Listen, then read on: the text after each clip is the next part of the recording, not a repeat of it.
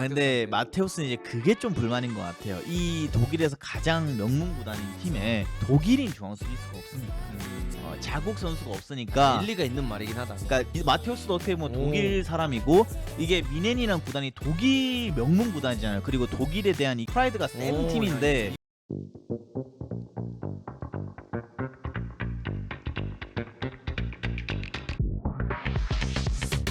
콤파니 감독이 이제 김민재 선수에 대한 억가를 좀 멈춰라 직접 나서면서 우리는 독일 리그에서 최고의 수비수를 갖고 있다 이렇게 이제 말을 했어요. 최근 이제 미넨 수비진을 향해서 계속해서 좋지 않은 평가가 되고 있습니다. 독일 스카이 스포츠는 경기를 앞두고 언뜻 보기에는 지난 시즌 미넨의 수비 문제가 해결된 것처럼 보일 수 있다. 하지만 시즌이 진행되는 동안 미넨의 벽은 강팀들을 상대로 빈틈을 드러냈다라고 이야기했고요. 미넨의 레전드 로테오 마테우스도 미넨에는 수비의 리더가 필요하다. 수비를 이끄는 리더 말이다. 김민재와 우파메카노는 그런 수비수가 아니다. 둘 다 재능 있고 좋은 선수지만 타고난 리더는 아니다. 이렇게 이제 주장을 했습니다. 저 마테우스 형이랑 한번 디스코드 한번 하고 싶네. 헬로 마테우스. 이 형 왜 이래? 이 형 근데 항상 그 미넨에 대해서 이형 절친이 스만이 형 이 형이랑 한번 디스코드로 맞짱 한번 떠. 근데 솔직히 마테우스 정도면은 뭐 선수로서는 워낙 성공한 사람이니까 할 말은 없는데 항상 미넨에 대한 이야기가 나오면 안 좋은 이야기를 항상 많이 해요 이 아저씨가. 그리고 김민재와 우파메카노 조합을 별로 안 좋아합니다 이 아저씨가. 그래서 솔직히 지난 시즌도 그렇고 김민재가 첫 시즌 좀 흔들리긴 했었지만 항상 이런 얘기들을 하는 거 보면은 마테우스는 이런 걸로 약간 관심을 끄는 게 아닐까. 지금 직장이 그렇게 온전하지 않으니까 감독을 하고 있는 것도 아니고. 그러면서 이제 미넨의 콤파니 감독이 직접 나섰습니다.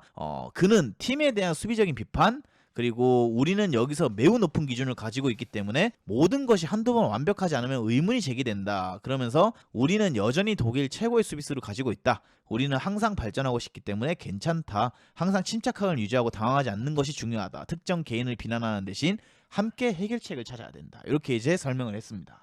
그래서 김민재 선수가 이번 시즌에 많이 못하고 있냐 했을 때는 절대 아닙니다. 김민재 선수 충분히 뭐 여기 평점 소파스코어 기준인데 이번 시즌 뭐 달달이 이제 평점 평균치가 나오고 있는데 거의 뭐 7점대 이상에서 보여주고 있는 활약을 보여주고 있고 그리고 우파메카노랑 김민재 조합이 뭐 저희가 지난번에도 중계를 했지만 솔직히 그때 그 경기도 김민재 선수가 좀 실수가 있어서 뭐 실책도 있긴 했지만 그냥 완벽한 경기력을 좀 보여줬다라는 게 솔직히 맞아요. 어쩌다 한 번씩 일어나는 실수들 제외하면은. 난 그럼 마테우스한테만 물어보고 싶어. 그럼 본인이 말하는 리더가 필요하다 그랬잖아. 네. 그럼 다이어 쓰라 그래봐 한번. 지가 감독하는데 김민재랑 우파 쓸래? 네. 다이어랑 김민재 쓰고 다이어랑 우파 쓸래? 한번 써보라 그래봐. 근데 마테우스는 이제 그게 좀 불만인 것 같아요. 이 독일에서 가장 명문 구단인 팀에 독일인 중앙 수비수가 없으니까.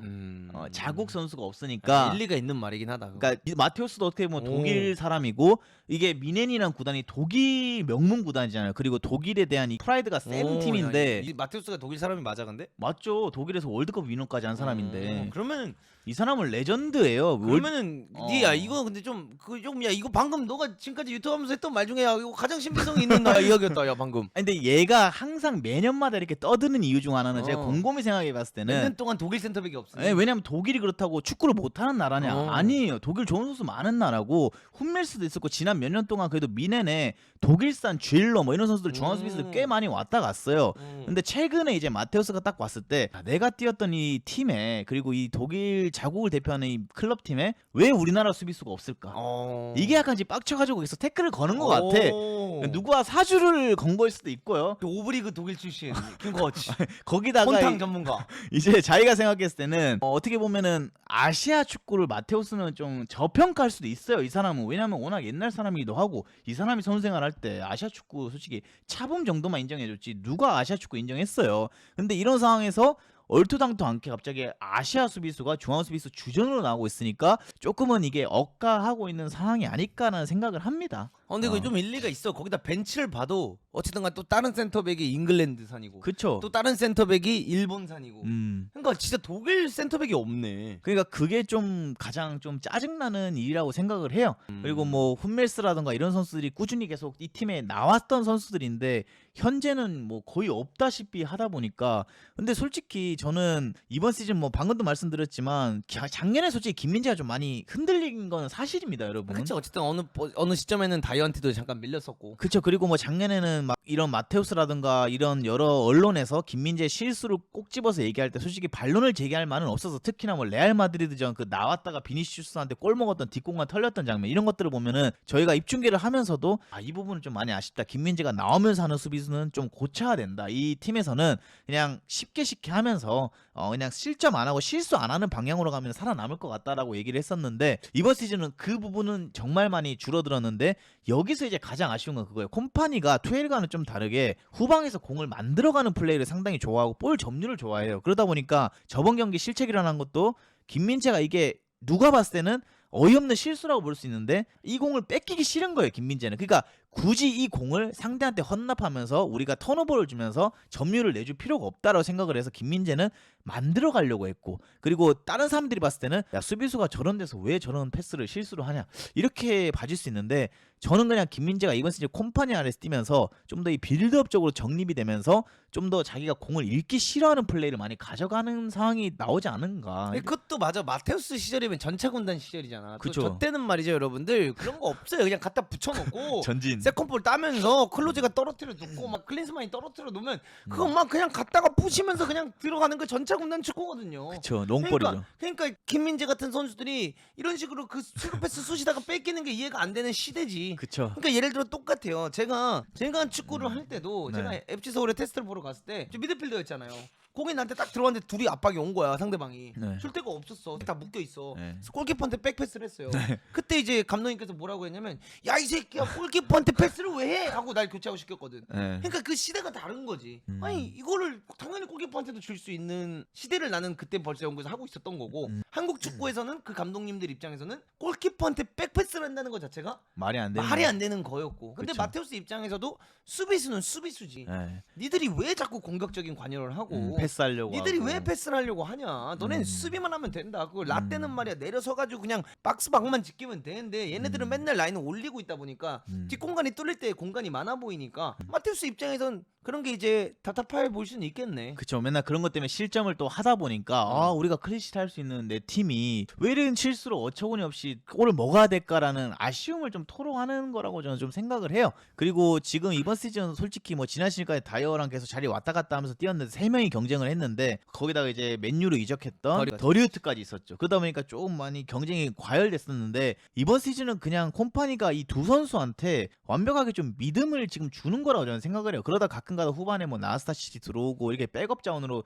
돌리는 상황이 아닌 이상은 그리고 이 두 선수가 우파메카노도 보면은 작년에 비해서 이전에 비해서 안정감이 많이 올라왔어요. 어처구니 없는 실수도 많이 안 하고 거기다 워낙 가지고 있는 하드웨어가 좋다 보니까 이 두 선수 스피드 빠르죠. 힘 좋죠. 공중골 장악 잘하죠. 빌드업 좋죠. 솔직히 나는 부족한 게 뭔가라는 생각을 좀 많이 해볼 수가 있어요. 그건 아쉽지. 어떤 거요? 둘 다 파이터잖아. 아 전진영이다. 그러니까 그거는 좀 아쉽긴 해. 그럼 둘 다 파이터, 그러니까 둘 다 파이터식으로 잘된 센터백 듀오를 난 본 적이 없어. 한 명은 약간 한 좀 명은 그러니까 머리를 쓰면서 영리하게 수비해주는 수비수가 한 명 있어야 되고 한 명은 파이터여야 되긴 해. 그게 항상 잘 되는 조합이긴 해. 근데 지금 둘 다 파이터긴 해. 그러면 옆에 에릭 다이어를 세우는 게 맞는 건가요? 최고는 네. 모르지. 근데 어차피 윙어들 존나 약하잖아요. 요즘 여기. 그쵸. 최고는 내 개인적인 생각엔 에릭 다이어 가운데 세워놓고 이제 우파. 오. 난 그게 더 나쁘지 않다. 강팀한테 매력적일 수 있다라고 생각을 하긴 해. 그래서 뭐 작년에도 더리우트, 김민재, 우파 이렇게 투엘이 쓱 돌리려고 했는데